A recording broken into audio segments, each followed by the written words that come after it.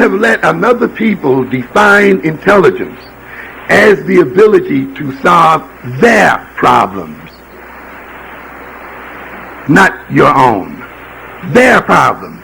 They then call you intelligent when you can behave and think in a way that adds to their power and maintains their position in the world. Then you're intelligent. Then you have good character. Understand? I want you to think about what I'm saying there in a minute. You see? And their measure of intelligence then is intrinsically related to those abilities and ways of thinking that allows them to solve the problems that confront them as a people. Those African Americans then, who are often called intelligent within this system, are what I will call intellectual mercenaries. They are hired guns who then are used to solve the problems of the European corporate system and economic system, political and social system, but who, when confronted with their own problems, cannot solve their own problems. They can fly European shuttles into the space. They can light European ships up on the moon. They can sit on the board, on the Joint Chiefs of Staff, and direct European armies and develop military strategies for Europeans. And yet they cannot run the white man out of South Africa. And they cannot militarily free themselves. They cannot move Africa into the space race. They cannot get our people in a position where we can commercially exploit space and be a part of the expansion of this system into the universe. You are dumb and ignorant no matter what position you have in this society if you cannot solve those problems, ladies and gentlemen.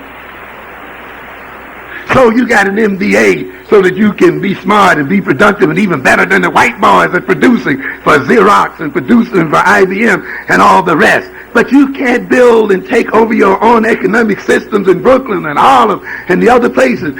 You Africans let these Arabs and these other groups have control of your economy and control of your system.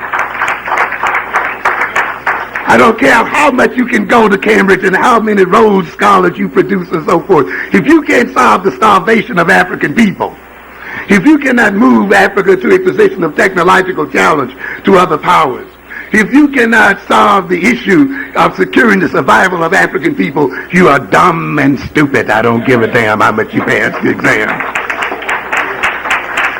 Despite your election of mayors, despite your elections of governors, and so forth, the European still intends to control the nature of information that is available to the African mind.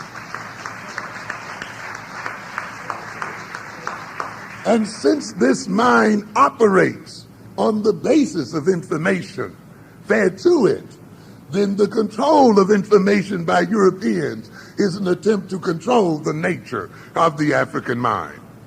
You must look at the real power relationship between Europeans and Africans. That is the key. And you must question whether that power relationship has changed at all over the past 400 or 500 years. You just cannot look at the idea that you're now in slavery and say that means we have advanced in some sort of way. Or that now we have certain job opportunities open to us, educational opportunities open to us, that now we can eat at the same counter with white folk and all of this kind of stuff as indicative of basic fundamental change. As a matter of fact, to a good extent, these changes have been diversions to keep us from seeing that the very fundamental relationship between blacks and whites has not changed at all. I've often said that you may marvel about how now you can get a degree in computer technology and how this was not available to your forefathers. But remember that your forefathers as slaves also had skills. They just did not chop cotton and work in the households. They were skilled craftsmen as slaves. And in fact, at the end of slavery, there were more black craftsmen and skilled craftsmen in some areas than there were whites. But what was the fundamental relationship? The fundamental relationship was that these skilled slaves worked for the benefit and power of their masters. And that fundamental relationship has not changed one whit today, ladies and gentlemen. You do computer engineering, but you're going to do it for IBM, and you're going to do it for GE, and you're going to do it for some white man ultimately. It's the same game, ladies and gentlemen. You may hang out in the same office. You may even marry them. You may even sleep with them. You may eat with them. But the fundamental power relationship is what? Still the same. Still the same. It hasn't changed. And the thing you have to look at then are not those superficial changes, but the fundamental relationship. And there are several of them that you will see have existed for the past 300, 400, 500 years, and that are still pretty much where they are today.